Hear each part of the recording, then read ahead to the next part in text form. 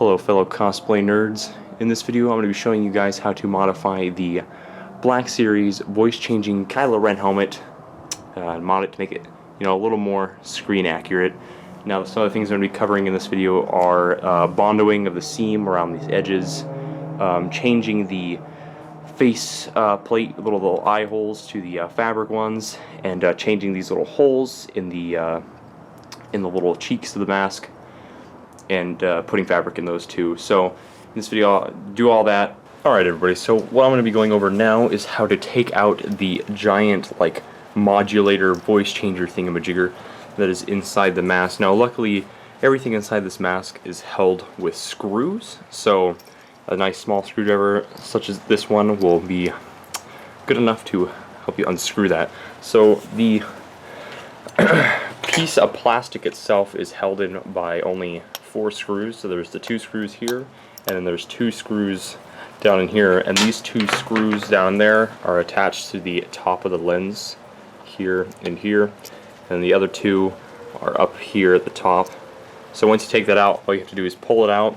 The speaker is held in with a little bracket right about here, and then the microphone along with the nose guard is in here.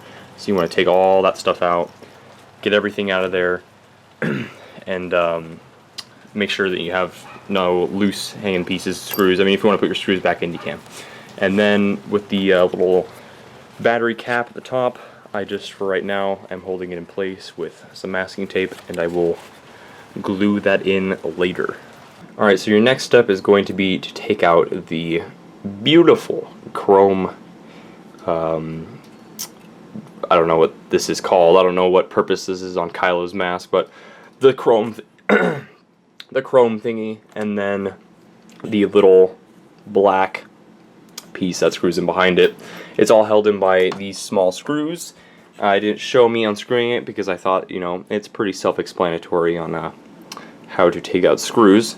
But what you're going to be left with is the face plate like this. I have the battery pack glued in there. Now when I get these 2 halves glued together, I'll be reinforcing it with a little bit of like a strip of fiberglass just to keep it, solid so it doesn't crack the Bondo. But yeah, that's it for this step. So on to the next part. Quick tip, keep all of your screws in a Ziploc bag so you do not lose them, because if you don't have these, you're not putting those pieces of plastic back in the mask, and you'll have to go through the task of gluing it all back in. So put them in a bag, throw them off. Alright, for this next part, putting the fabric over the eyes, I'm using a technique that I used to use when me and a buddy used to make dead mouse heads, and that is going to Walmart and buying the cheap Pantyhose, or whatever they're called. You can get them for about 50 cents. It comes with 2, but what you do is you stretch it over this, you cut it down, and what I'm thinking about doing for this is actually, I marked out where the lens stops on the actual helmet itself. And what I'm planning on doing is cutting this in half and tightly stretching it over this, because this is the part that faces outside the mask. And so I'm going to glue it around these edges and then just put it in, screw it into place.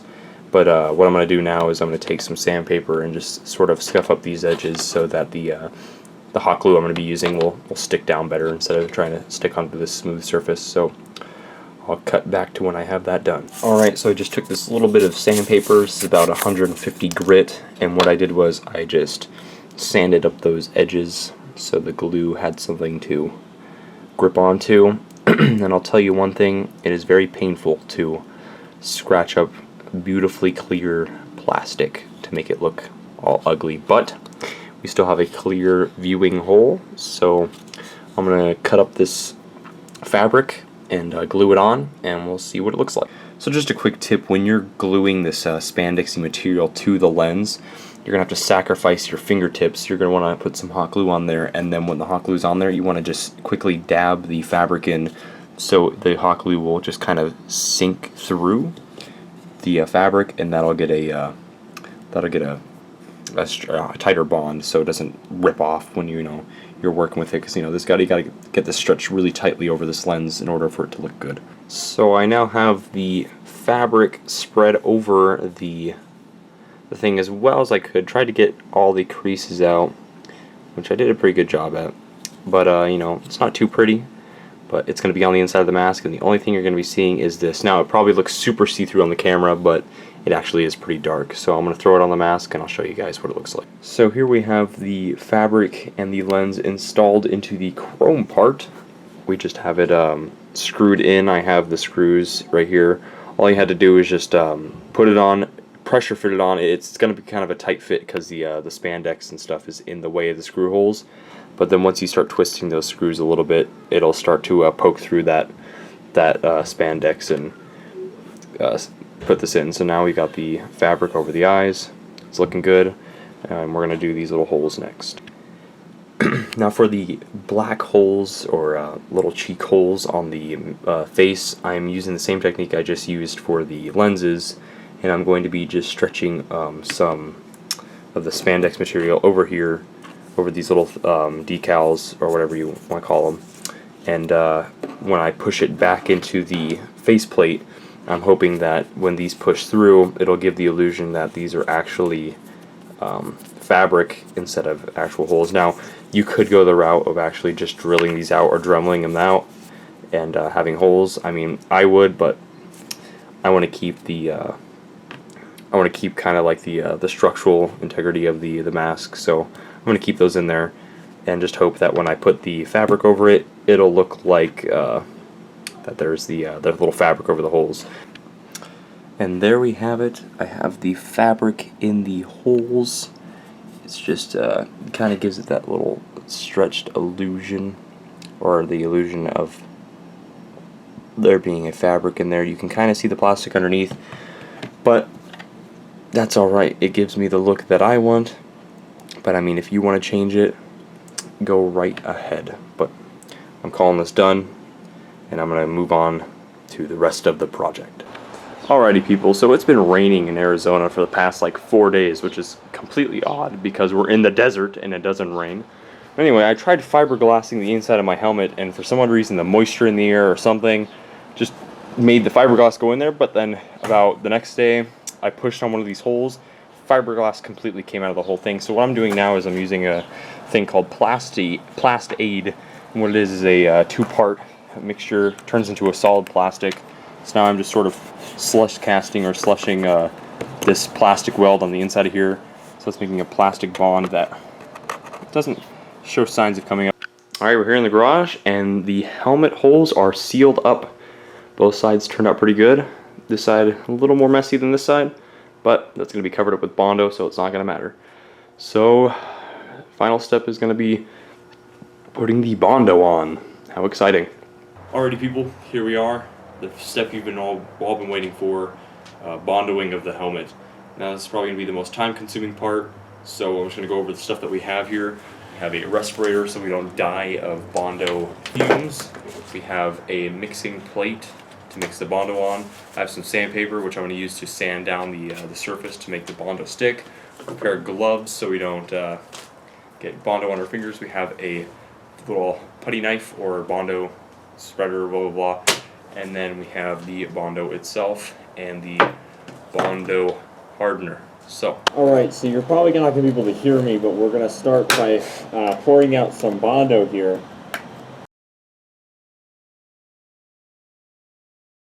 Okay, so once you get that open, we're just going to be doing a small little area right now, probably from down here to about up here. So you're not going to need a lot. But you're going to want to get your hardener, and you're going to want to go like this with it and knead it up a little bit to get the hardener moving around. So do that for a little bit, and then once you got that done, you just want to pour out just a little bit of Bondo, not a lot. It's going to take quite some time.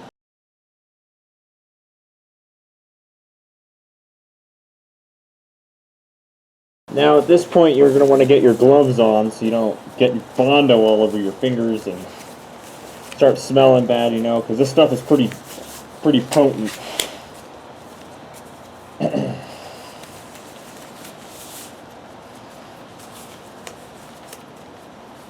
Now here comes the part that kind of takes a little bit of trial there, but you'll get it over a small amount of time. You don't want to mix too much hardener in there, or else your putty or your Bondo is going to harden way too fast. So what you want to do is just put a little bit in there. Make sure you know. And then you're going to want to take the you're going to want to take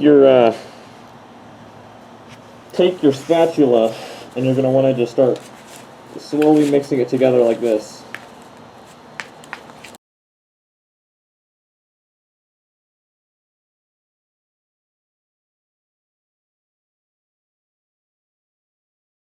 So you're going to want to get it to about a pink consistency, and then you're going to want to start spreading it onto your helmet.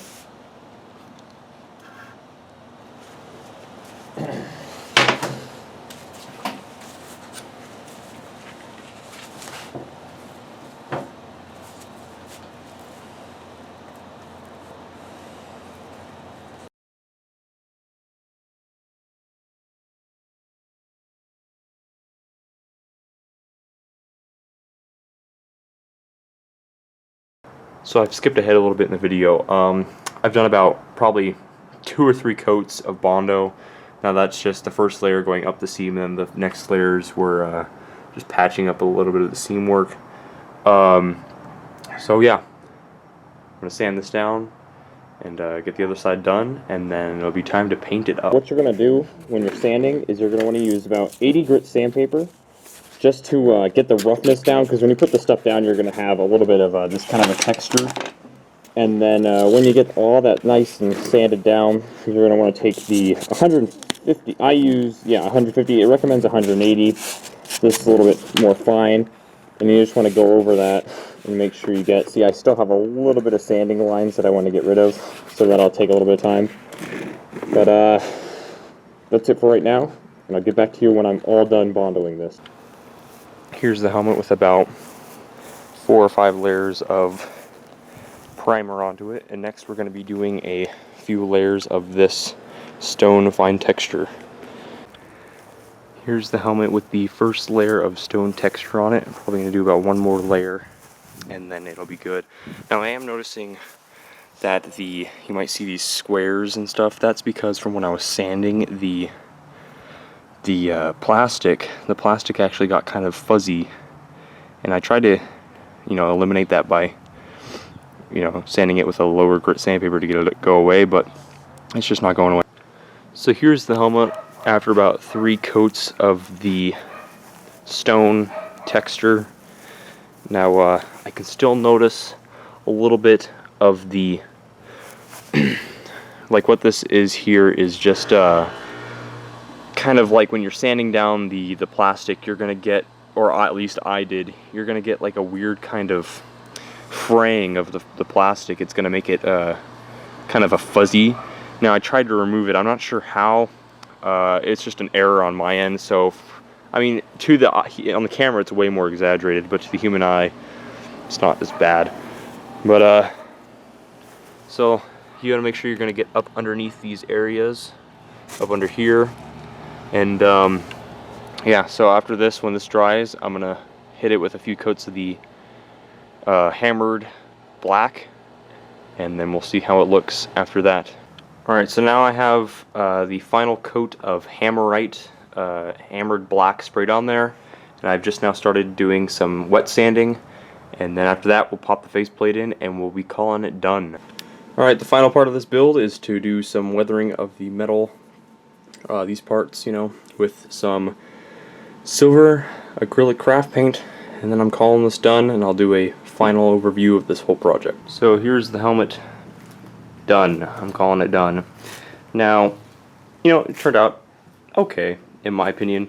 Now, I am used to, when I'm working with Bondo, I usually use it for Pepakura files and usually my own models that I've made, like casting and whatnot. But so when I use this plastic, I didn't expect that sanding it was going to cause the, like I've said many times, the fuzziness that you can see right here, which to me, if I were to do this again, I would definitely change that, figure out a way to make sure it doesn't scuff that up.